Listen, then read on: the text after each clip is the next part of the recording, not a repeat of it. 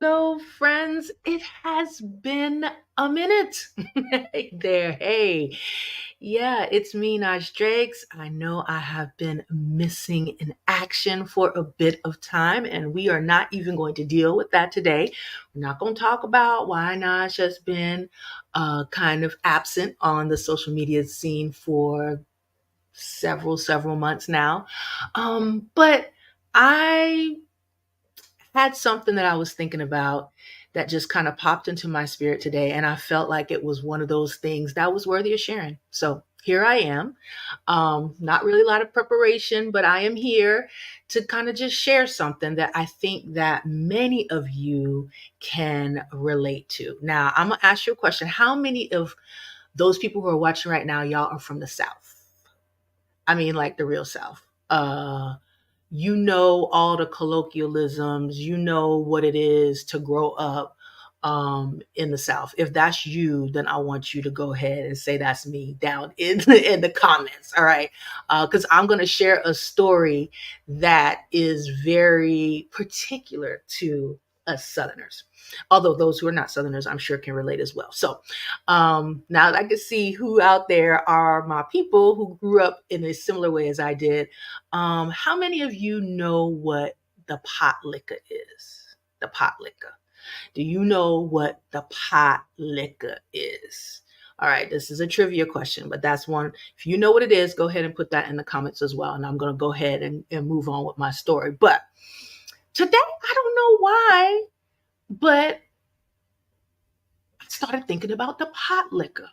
And so now I'm going to give you the answer to the trivia question. Pot liquor is the juice. It's the juicy juice that is produced after your mama them or your grandmama them make collard greens. So after they put all those flavors and seasonings and whatever it is your people do to make collard greens personally their own, what is created in the bottom of the pot? Okay, can I get a witness somewhere?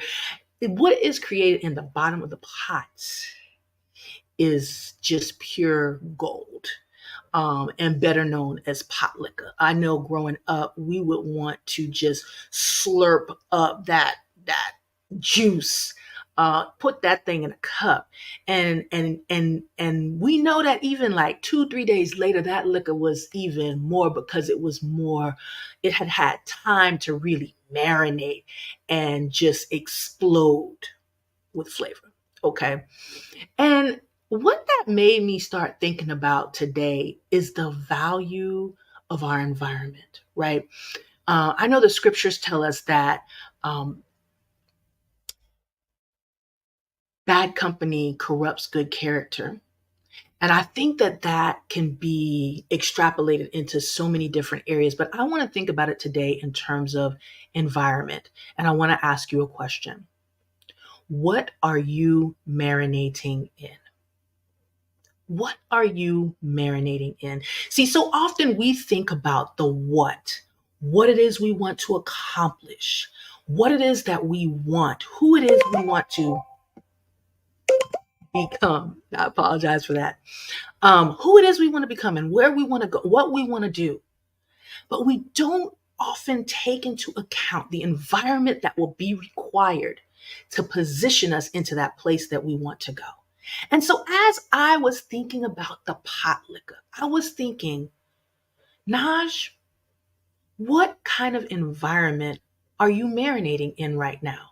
What are you doing to create conditions that you were designed to thrive in? And so I'm in school right now. And so I got to ask myself, am I creating conditions for me to thrive as a student? I'm also a coach. And so I got to be mindful. Am I creating conditions that are conducive for me to thrive and show up for my clients as a coach and as a wife? What am I marinating in? As a mom, what am I marinating in? If I look around my office, if I look around the environments that I am in, what would I see that would tell me that I am creating an environment in which to thrive. See, so often we want to thrive, but we're living in depleted circumstances. We're living in depleted environments. And so today I want to challenge you. What can you do to step up your environment? What can you do to make the place, the space in which you are marinating in, prime to extract some flavor that only you can bring to the table? What are you doing? What are you doing? And so I'm thinking about my health journey, and I've been so focused for the last 3 going on 4 years on getting my health right, right? And so when I think about getting my health right, what is in my environment? What kind of conditions am I creating in my office that align with my desire to live healthy? What kind of uh,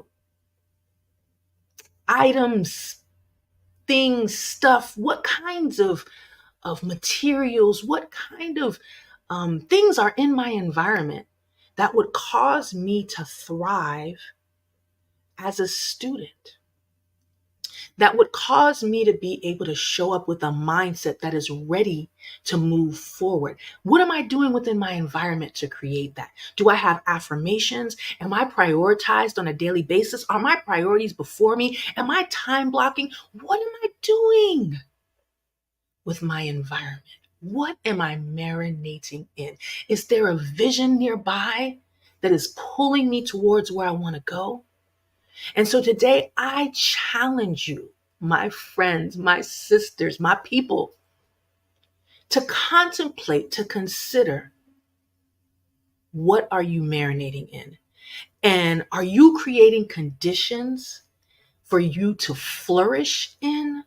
Or are you creating conditions that will deplete and reverse and minimize the impact that you ultimately want to make in the world that you serve? That's all I got for you today. I hope that something resonated with you. If it did, please let me know in the comments. It can be lonely out here in this speaker writer world, but I just had to go on here real quick and just share that one thing that's been on my heart. What are you marinating in? Y'all have a great one.